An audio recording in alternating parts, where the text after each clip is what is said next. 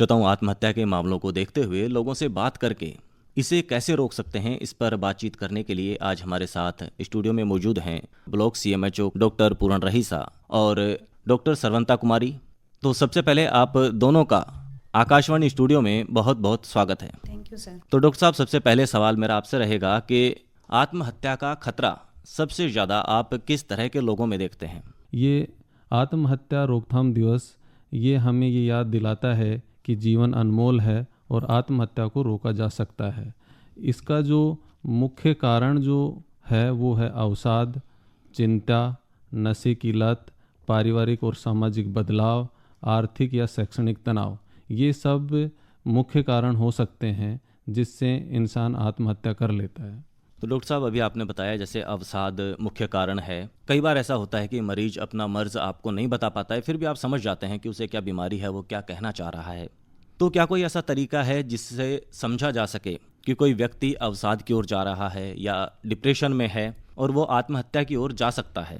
ये हम मोटे तौर पे हम ये देख सकते हैं कि जो व्यवहार कोई इंसान पहले कर रहा है और अभी जो कर रहा है उसमें आपको है ना मेजर चेंजेस मिलेगा कि पहले वो नॉर्मल बात करता था, अब या तो वो ज़्यादा बात कर रहा है या कम बात कर रहा है। पहले वो सभी लोगों के बीच में बैठ के अपनी बातें शेयर करता था, लेकिन अब वो नहीं कर रहा है, या तो वो अकेला जा रहा है या फिर वो हमें वो सब चीज़ें नहीं बता पा रहा। तो ये उसके जो बिहेवियर जो चेंजेस है उससे ही हम पता लगा सकते हैं कि ये बच्चा अवसाद में जा रहा है या ये इंसान अवसाद में जा रहा है या इसको कोई अंदर से कोई ट्रॉमा लगा है या कोई ये नशे की लत की तरफ जा रहा है। तो वो उनके बिहेवियर चेंज से ही हम ये सब पता लगा सकते हैं। इसके अलावा तो कोई साइंटिफिक तरीका नहीं है। जी, अभी आपने जैसे बिहेवियर की बात की, बच्चों की बात की, तो हम डॉक्टर सरवंता जी की ओर जाना चाहेंगे। तो मैम, हमारे श्रोता आपसे जानना चाहेंगे कि आजकल हम देखते हैं जैसे बच्चों पर पढ़ाई का दबाव बहुत ज़्यादा है, नंबर 1 आने की होड़ उनमें ये दबाव पैदा कर रही है। और एक रिपोर्ट के मुताबिक हम देखें तो आत्महत्या करने वाले 100 लोगों में से हर 7वां एक विद्यार्थी है, स्टूडेंट है। तो क्या आज की शिक्षा प्रणाली को हम युवाओं में बढ़ती आत्महत्या का एक कारण मान सकते हैं या फिर इसे पेरेंट्स की एक लापरवाही के रूप में हम देख सकते हैं? ये इसके लिए हम किसी एक को जिम्मेदार नहीं मान सकते। ना ही तो हम शिक्षा प्रणाली को जिम्मेदार मान सकते हैं, ना ही केवल माता पिता को जिम्मेदार मान सकते हैं या सोसाइटी को जिम्मेदार मान सकते हैं। इसमें सभी लोग इसके लिए जिम्मेदार है। अगर मैं शिक्षा प्रणाली की बात करूं तो आज कहने को शिक्षा छात्र केंद्रित है, लेकिन अगर हम वास्तव में ही स्कूलों में जाके देखें तो कहीं छात्र की इच्छा के अनुसार विषय कहीं भी नहीं पढ़ाए जाते। स्कूल की तरफ से या पेरेंट्स की तरफ से विषय उन पर थोपे जाते हैं। अगर हम आज स्कूलों में जाकर देखें तो छोटी क्लास से ही फाउंडेशन कोर्स चलाया जाता है, जिसमें बच्चे को सिर्फ यही बताया जाता है, यही सिखाया जाता है कि आपको टेक्निकल लाइन में जाना है, आपको मेडिकल लाइन में जाना है। जबकि बच्चा टेक्निकल और मेडिकल लाइन में जाना ही नहीं चाहता, बच्चा पुलिस में जाना चाहता है, बच्चा आर्मी में जाना चाहता है। और जब बच्चे की इच्छा के अकॉर्डिंग उसे पढ़ाई का माहौल नहीं मिलता है, वो जो आप करना चाहता है वो नहीं कर पाता है, पेरेंट्स की इच्छाओं की पूर्ति नहीं कर पाता है, डिप्रेशन में चला जाता है और इसी वजह से वह आत्महत्या की तरफ बढ़ जाता है। अगर हम पेरेंट्स की बात करें तो इसके लिए पेरेंट्स भी जिम्मेदार है, क्योंकि कुछ की क्या ज़्यादातर पेरेंट्स ऐसे हैं जो अपने जीवन काल में अपनी कुछ इच्छाओं को फुलफिल नहीं कर पाते। वो अपनी उन इच्छाओं को अपने बच्चे में देखना चाहते हैं, या मैं कहूँ कि थोप देते हैं, अपने बच्चे पर थोपना चाहते हैं कि मैं नहीं कर पाया तो मेरा बच्चा ऐसा करे। और ज़रूरी नहीं है कि जो आपकी बनने की इच्छा है या जो आप बच्चे को बनाना चाहते हो बच्चा वही बने। बच्चे की इच्छा किसी दूसरे फील्ड में जाने की, लेकिन हम ज़बरदस्ती अपने सपनों को बच्चों पर थोप देते हैं और बच्चा जब वो अपने पेरेंट्स की उन इच्छाओं को पूरी नहीं कर पाता है तो डिप्रेशन में चला जाता है और ये सोचता है कि मैं ऐसा नहीं कर पाया तो पेरेंट्स क्या सोचेंगे या समाज क्या सोचेगा, और फिर ऐसे ही विचार उसके मन में आने के बाद वह आत्महत्या जैसे घिनौने कृत्य की तरफ बढ़ जाता है। जी मैम, अभी आपने जो बच्चों के बारे में बताया कि पढ़ाई और पेरेंट्स एक कारण हो सकते हैं डिप्रेशन में जाने का, तो हमारे श्रोताओं को बताइए कि सोशल मीडिया जिस पर बच्चे आजकल बहुत ज़्यादा दिखाई देते हैं, छोटे छोटे बच्चे हैं, उनके हाथों में भी फ़ोन है, वो भी सोशल मीडिया पर हैं। तो आप सोशल मीडिया को और जो मोबाइल्स हैं उन्हें किस हद तक डिप्रेशन और आत्महत्या का कारण मानती हैं? देखो सर, सोशल मीडिया और मोबाइल भी बच्चों में डिप्रेशन का एक कारण है।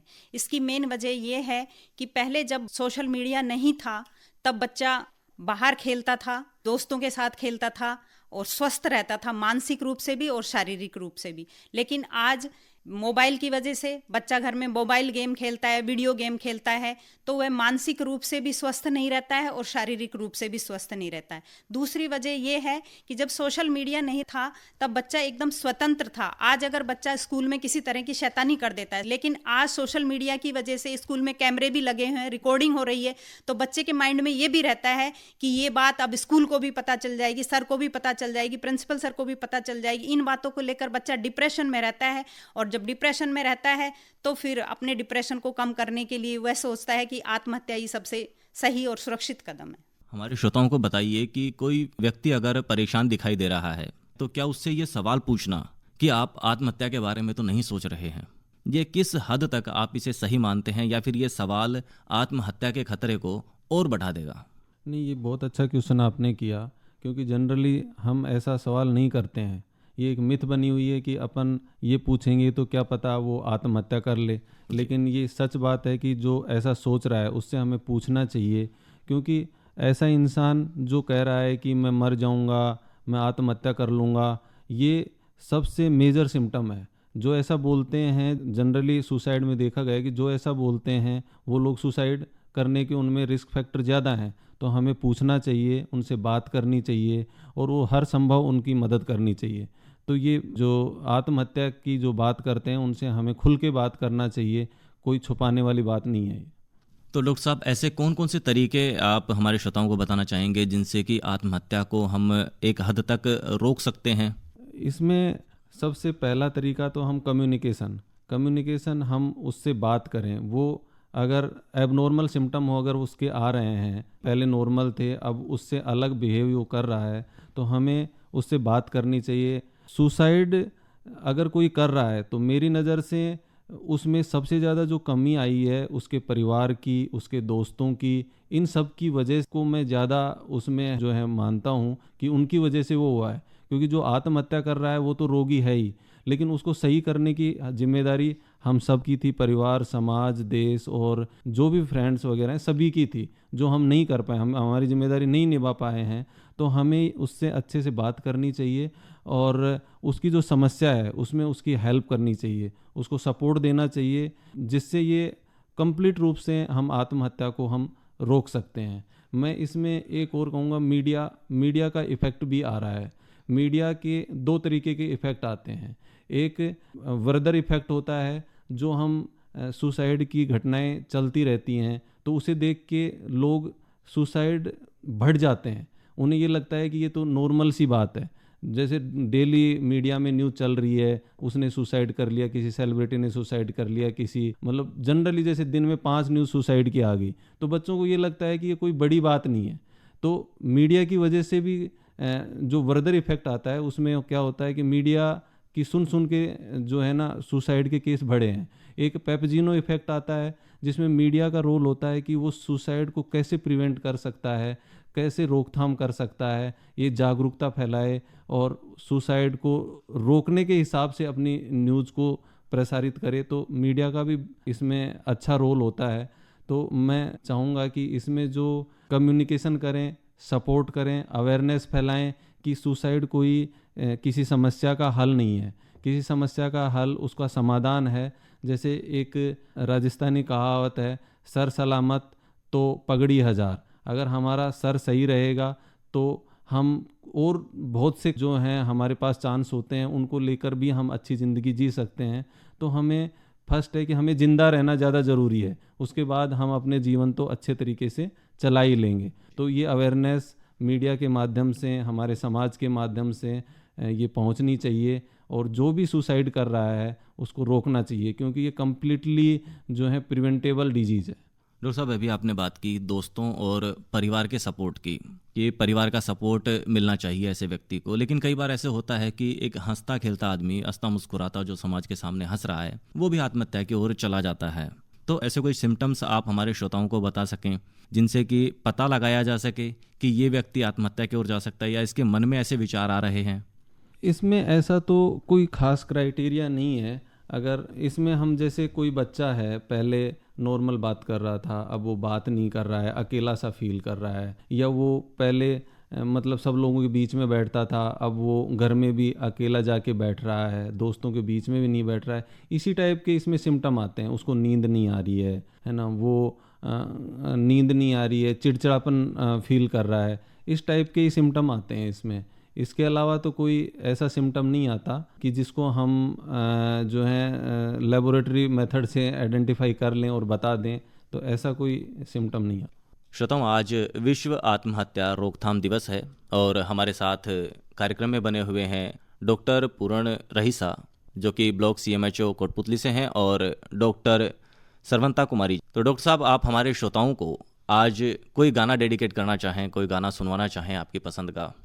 मैं श्रोताओं को 3 इडियट का गाना give me some shine propose करना चाहूँगा कि वो सुनाएं। वो एक अच्छा गाना है जिससे जो सुसाइड करने वाले जो लोग हैं उनके लिए अच्छा मोटिवेशन बनता है वो। तो मैं चाहूँगा आप वो प्ले करें। तो श्रोताओं, डॉक्टर साहब की फरमाइश पर सुनिए 3 इडियट फिल्म का ये बेहद ही खूबसूरत सा गीत गिव मी सम शाइन।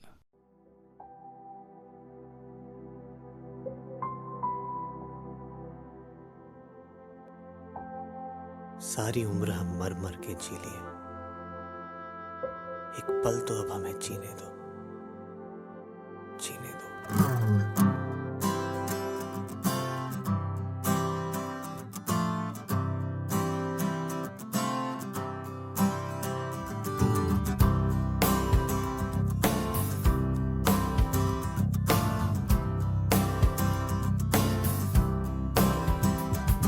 सारी उम्र हम मर मर के जी लिए, एक पल तो अब हमें जीने दो, जीने दो।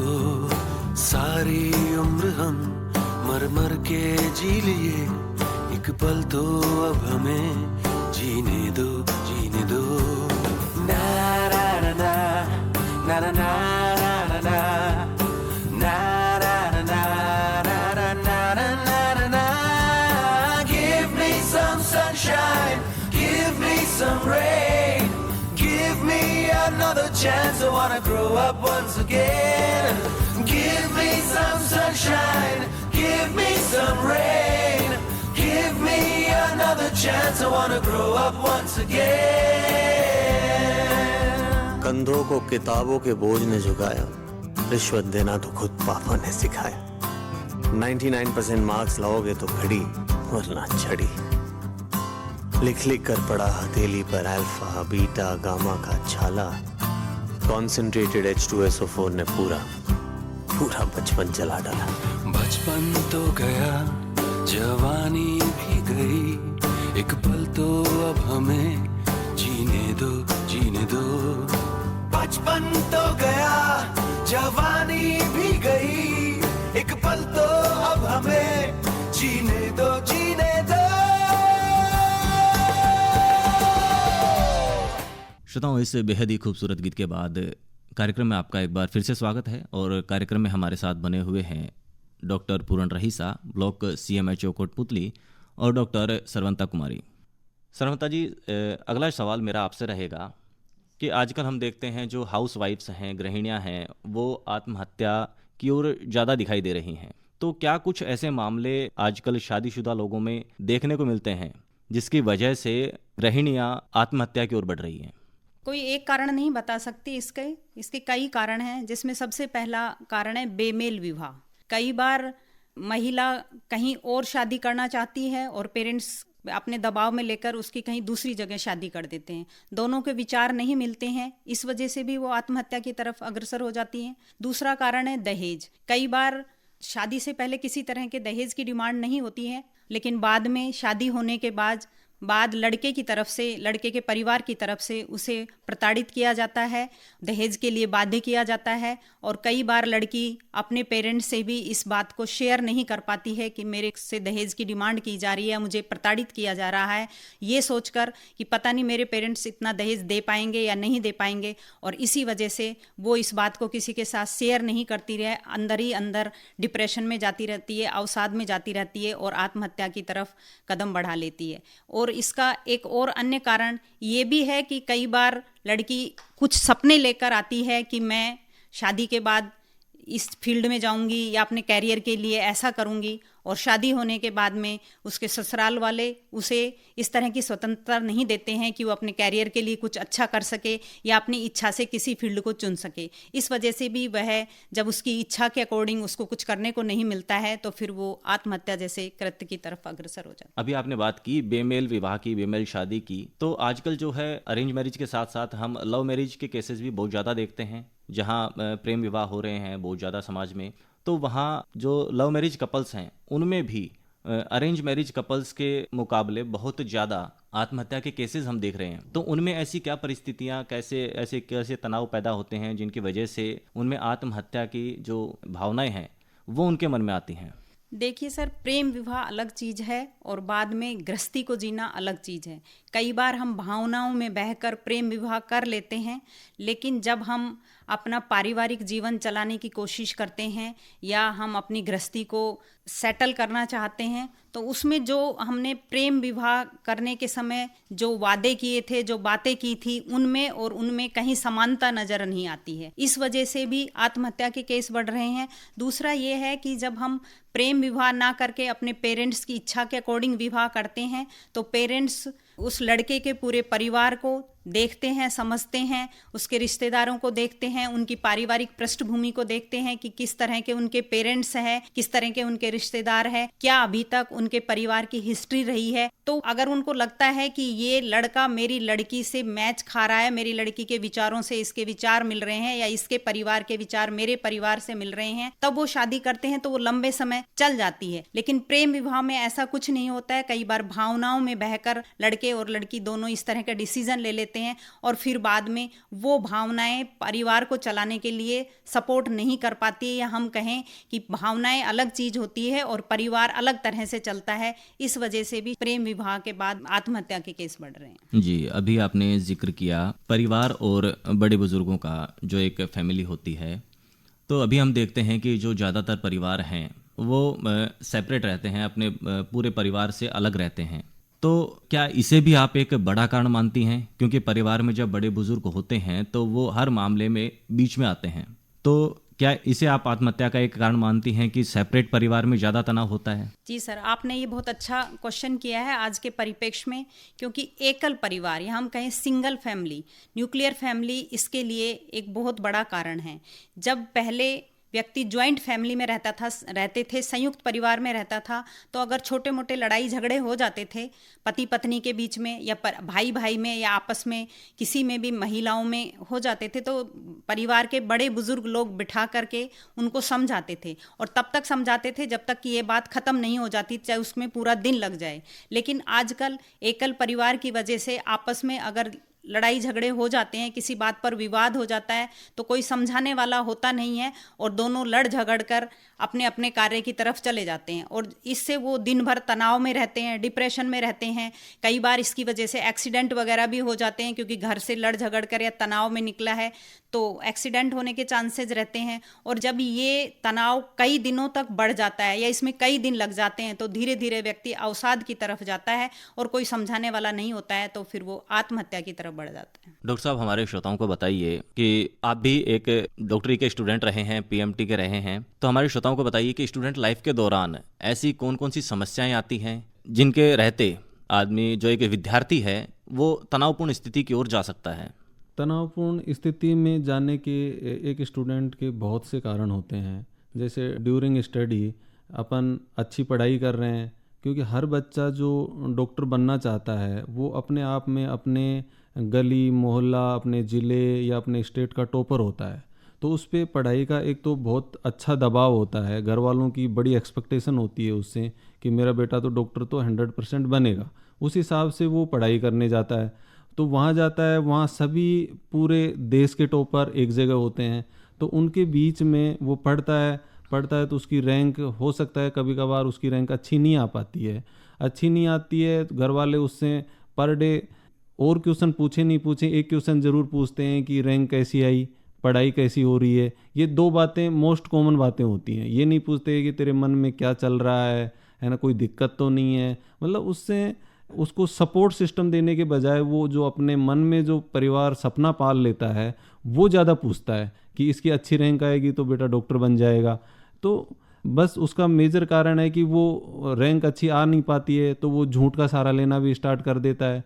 झूठ का सहारा लेगा तो धीरे धीरे उसकी कंपनी भी ऐसी हो जाती है कि जहाँ उसको पढ़ाई से ज़्यादा और लोग जो है सपोर्ट करने लग जाते हैं, वहाँ का माहौल भी उस पर डिपेंड करता है। तो धीरे धीरे बच्चा जो है वो पढ़ाई रैंक तो आ नहीं पा रही है, तो वो अदर का जो है रीजन्स उसमें चला जाता है। जैसे हो सकता है वो नशे की उसमें चला जाए, हो सकता है वो कोई लड़ाई झगड़े वाले गैंग में शामिल हो जाए। तो ये सब उसके धीरे धीरे कारण बन जाते हैं जो उसको अवसाद की तरफ ले जाते हैं और फिर लास्ट में वो बच्चा सुसाइड जैसे घिनौने कृत्य की तरफ चला जाता है। डॉक्टर साहब, एक चीज़ और हम देखते हैं समाज में, जो हमारा युवा है, यूथ है, वो आजकल ऑनलाइन गेमिंग कि इसकी तरफ बहुत ज़्यादा बढ़ रहा है। आर्थिक तंगी होते हुए भी एक युवा हमारा वो ऑनलाइन गेम्स में अपना पैसा बर्बाद करता है। तो क्या ये भी एक कारण हो सकता है आत्महत्या की ओर जाने का, अवसाद पैदा करने का? ये तो बहुत ही अच्छा क्वेश्चन है, क्योंकि आजकल हम जो देख रहे हैं और इस पर तो सरकार ने भी अब तो एक्शन लिया है कि उन्होंने ऑनलाइन गेमिंग बंद कर दी है। लेकिन पिछले अगर 2-5 सालों की हम बात करें तो ये ऑनलाइन गेमिंग एक तरीके से जुआ ही है। इसको जुए को कन्वर्ट करके ऑनलाइन गेमिंग का नाम दिया गया है, क्योंकि इसमें बच्चा क्या करता है कि सोशल मीडिया के थ्रू पता लगता है कि 100 रुपये लगाए 1 करोड़ रुपए आ गए। तो इस चाहत में कम समय में बड़ी चाहत बच्चे को होती है और वो ऑनलाइन गेमिंग खेलने लग जाता है कि उसमें उसको मोटा नुकसान हो जाता है तो वो अपना पैसा दे नहीं पाता, उसके पास उसके अलावा कोई सोर्स होता ही नहीं है, तो वो अपना कर्जा चुका नहीं पाता है, तो वो सुसाइड कर लेता है। मैं कहूँगा ये सरकार ने बहुत ही अच्छा काम किया है, क्योंकि अगर बच्चे को गेम खेलना है तो वो फिजिकल एक्टिविटी करे, वो स्क्रीन टाइम कम दे, फिजिकल एक्टिविटी करे जो खुद के लिए भी स्वस्थ है, अपने जो है कार्डियोवैस्कुलर डिजीज़ को भी प्रिवेंट करता है, हमारी जीवन शैली को भी अच्छा बनाता है, पढ़ाई में भी वो अच्छा सहयोग करता है। तो हमें व्यायाम वगैरह करना चाहिए। ऑनलाइन गेमिंग को तो कम्प्लीटली बंद कर देना चाहिए सरकार को। डॉक्टर साहब, एक बात और हमारे श्रोताओं को बताइए कि जैसा कि हम बात कर रहे हैं डिप्रेशन की, जिसकी वजह से जो ज़्यादातर लोग हैं आत्महत्या की ओर रुख कर जाते हैं, तो क्या वाकई मेडिकल साइंस में डिप्रेशन का कोई इलाज है? डिप्रेशन का इलाज यही है कि हम उससे कम्युनिकेट करें, उसको सपोर्ट दें, उसको अवेयर करें कि आत्महत्या कोई समाधान नहीं है। समाधान यही है कि इसका हल ढूंढना पड़ेगा और किसी चीज़ को इतनी ज़्यादा चाहत नहीं रखें कि वो नहीं तो हम नहीं, ऐसा नहीं हो। तो उससे भी अच्छे उसके पास अपॉर्चुनिटी होती है। अगर उसको सही रास्ता दिखाया जाए तो वो और भी अच्छी जगह जा सकता है, किसी एक ही पॉइंट को लेके वो ज़्यादा वो ना रहे। तो मैं कहूँगा कि उसकी काउंसलिंग बहुत ज़रूरी है, उसके सपोर्ट की बहुत ज़्यादा ज़रूरी है। डॉक्टर साहब, अभी आपने बात की काउंसलिंग की, डिप्रेस्ड व्यक्ति से बात करने की। तो कई बार ऐसा होता है कि हमें पता होता है कि सामने वाला व्यक्ति डिप्रेशन में है और हम उससे बात भी करना चाहते हैं, लेकिन क्या बात करनी है ये हमें पता नहीं होता है। तो वो कौन सी बातें हैं या किस तरह की बातें डिप्रेस्ड व्यक्ति से हम करें ताकि हम उसे मोटिवेट कर सकें? इसके लिए हमें सबसे पहले तो हमें पता लग जाए, ऐसा फील होए कि ये जो है इंसान डिप्रेस्ड है या ये अपना नॉर्मल बिहेव नहीं कर रहा है, तो हम उसके अकॉर्डिंग बात करें। जो वो चाहता है तो उसके फेवर में बात करें। उसको पहले ये विश्वास दिलाएं कि हम तेरे सपोर्टर हैं, तू जैसा बोलेगा वैसा हम करेंगे, ताकि उसको मन में आपके प्रति झिझक ख़त्म हो, वो आपसे हर एक चीज़ शेयर कर सके, ताकि आपको पता लगे कि इसके वास्तव में दिक्कत क्या है। उसके बाद आप हेल्थ प्रोफेशनल से आप कंसल्ट कर सकते हैं और उसको अपन प्रिवेंट कर सकते हैं। हमारी सरकार ने भी एक किरण करके इमरजेंसी हेल्पलाइन नंबर दे रखे हैं 1800-599-0019, तो हम इसकी भी हेल्प ले सकते हैं। ये डॉक्टर साहब, बहुत अच्छी जानकारी आपने हमारे श्रोताओं के साथ साझा की। तो अब समय हो चला है कि हम अपने बातचीत को समाप्ति की ओर ले जाएं। तो मैम, चलते चलते हमारे श्रोताओं के लिए आप कोई संदेश देना चाहें, कोई जानकारी उनसे साझा करना चाहें? प्रोग्राम के अंत में यही कहना चाहूँगी कि केवल आत्महत्या किसी समस्या का समाधान नहीं है, बल्कि इसके लिए अगर हम किसी चीज़ में हार गए हैं तो वो एक ही फील्ड नहीं है, इसके अलावा भी और बहुत सारी अपॉर्चुनिटी होती है जिनकी तरफ आप जा सकते हो। और मैं जाते जाते यही कहना चाहूँगी कि अपने आप पर आत्मविश्वास रखें, कॉन्फिडेंस रखें और आप किसी दूसरे फील्ड को चुन सकते हैं। अगर किसी फील्ड में आपको असफलता मिली है तो और दूसरे फील्ड में आप बहुत अच्छा कर सकते हैं। डॉक्टर साहब, चलते चलते हमारे श्रोताओं के नाम आप कोई पैगाम देना चाहें, कोई संदेश देना चाहें? मैं श्रोताओं से यही कहूँगा कि अगर आपको किसी एक काम में असफलता मिली है तो आपको डेफिनेटली रूप से आपके लिए 10 द्वार खुले पड़े हैं, आपको उनमें सफलता मिलेगी। जैसे हर अंधेरे के बाद में सुबह होती है, उसी तरीके से आपके भी लगभग 100 और नए रास्ते इंतज़ार कर रहे हैं। आप डिप्रेस्ड ना हो और अपने जीवन में आप उम्मीद की किरण जगाए रखें और आप उससे भी बेहतर करेंगे। यही मेरा आपसे पैगाम है।